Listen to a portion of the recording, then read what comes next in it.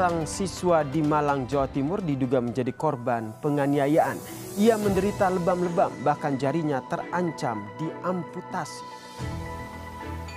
Seorang pelajar sekolah menengah pertama di Blitar, Jawa Timur, sudah selama 1 minggu memilih untuk berdiam diri di rumah. Ia mengaku trauma dan tak mau pergi ke sekolah karena mengalami perundungan oleh teman-teman sekolahnya. Sepanjang tahun 2021, wajah pendidikan tanah air kerap tercoreng dengan terungkapnya sejumlah kasus pelecehan seksual terhadap anak yang dilakukan oleh guru atau tenaga pendidik. Radikal dan intoleran telah menyusup ke sekolah-sekolah hingga perguruan tinggi. Kondisi itu sangat berbahaya dan negara tidak boleh diam menghadapi paham yang tidak sesuai dengan Pancasila.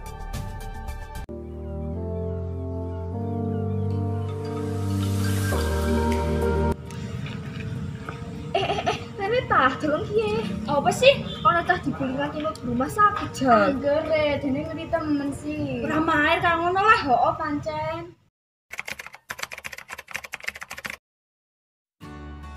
Perundungan merupakan perilaku yang tidak sopan, dapat berupa pelecehan verbal, fisik, ataupun mental yang dilakukan kepada orang-orang lain yang dianggap lemah, rendah, tidak berharga, dan tidak layak untuk mendapatkan rasa hormat.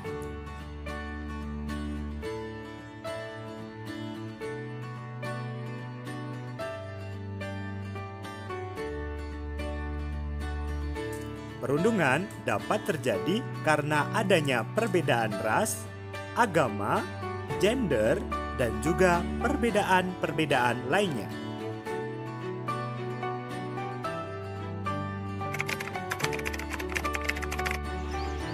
Selain bullying, ada juga tindakan yang tidak dapat dilakukan di sekolah dan termasuk 3 dosa besar pendidikan, yaitu kekerasan seksual.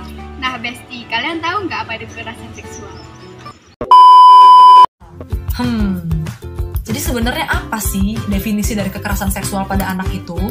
Yaitu keterlibatan anak yang berumur kurang dari 18 tahun di dalam aktivitas seksual yang melawan hukum atau norma sosial akibat tindakan dari orang lain yang memanfaatkan anak tersebut untuk kesenangan seksualnya. Nah, bentuk-bentuk kekerasan seksual itu sebenarnya konkretnya apa aja sih?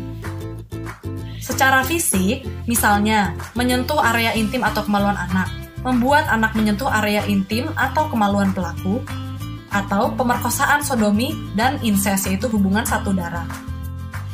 Secara non-fisik, yaitu berupa menunjukkan hal yang bersifat pornografi pada anak dan menunjukkan alat kelamin pada anak. Dampaknya bisa berupa jangka pendek atau jangka panjang ya, tapi diantaranya adalah misalnya dari kesehatan fisik, bisa mengalami seperti cedera fisik, kehamilan yang tidak diinginkan, atau penyakit kronik yang dapat muncul di kemudian hari, seperti penyakit jantung, obesitas, dan kanker. Di kesehatan mentalnya juga ada loh dampak seperti depresi, gangguan mental, atau stres pasca trauma.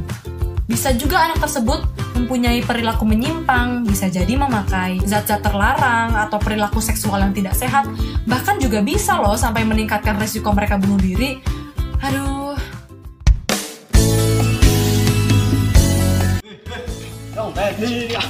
Cepet, dadelan yang puasa. Jauh mana sih? Yang buntu. Tak ngopo sih nang buntu? Yo ora ngerti Pak. Nang buntu ke Bhinneka Tunggal Ika. Oh mancen nang buntu marja.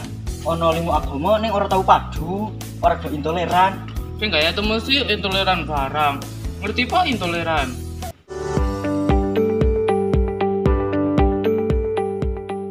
Pernahkah kamu melihat tindakan intoleransi di lingkungan sekolah atau kampus? Tindakan intoleransi terkadang kita lakukan secara tidak sadar loh. Karena itu, kita perlu memahami apa arti dari intoleransi. Intoleransi adalah sikap atau tindakan diskriminatif terhadap kelompok tertentu dan berusaha menghalangi kelompok yang tidak disukai untuk mendapatkan hak-hak dasar yang sebetulnya dijamin oleh konstitusi. Indonesia itu beragam loh, bukan hanya flora dan fauna ataupun kekayaan alamnya, namun juga manusianya. Penduduk Indonesia terdiri dari manusia-manusia yang sangat beragam etnisnya. Misalnya, Simon dilahirkan di Papua dengan kulit gelap dan rambut keriting, karena Tuhan menghendaki demikian. Bukan hanya etnis, Indonesia juga beragam agamanya, sukunya, golongan keagamaannya, dan juga beragam kepercayaannya.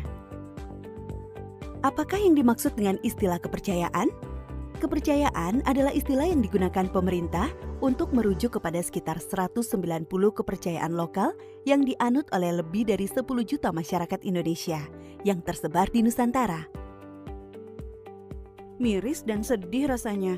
Masih banyak sekali praktik intoleransi yang dialami oleh sesama saudara kita yang bersuku berbeda, beragama berbeda, beretnis berbeda, bergolongan keagamaan berbeda, maupun mereka yang menganut kepercayaan lokal. Mereka yang menjadi korban intoleransi merasa dirugikan dan bahkan tidak jarang mengalami trauma psikis. Padahal, sekolah kan seharusnya menjadi tempat yang nyaman untuk belajar maupun mengajar bagi siapapun. Dalam lingkup institusi pendidikan, beberapa di antara bentuk intoleransi yang terjadi adalah seperti 1. Tidak memberikan hak sarana belajar siswa dan mahasiswa, dan sarana mengajar guru dan dosen karena perbedaan sara dan kepercayaan.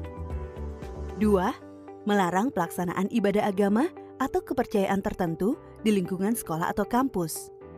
3. Memaksa pemakaian seragam atau atribut khas agama, suku atau kepercayaan tertentu. 4. Menolak atau menghalangi pendaftaran siswa dan mahasiswa atau guru, tenaga kependidikan, dan dosen karena alasan perbedaan sara dan kepercayaan. 5. Menyiarkan dan mengajarkan kebencian terhadap sara atau kepercayaan tertentu.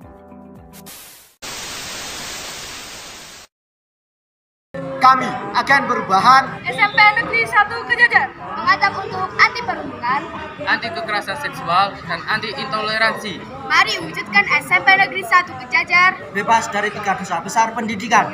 Mari menjadi agen perubahan.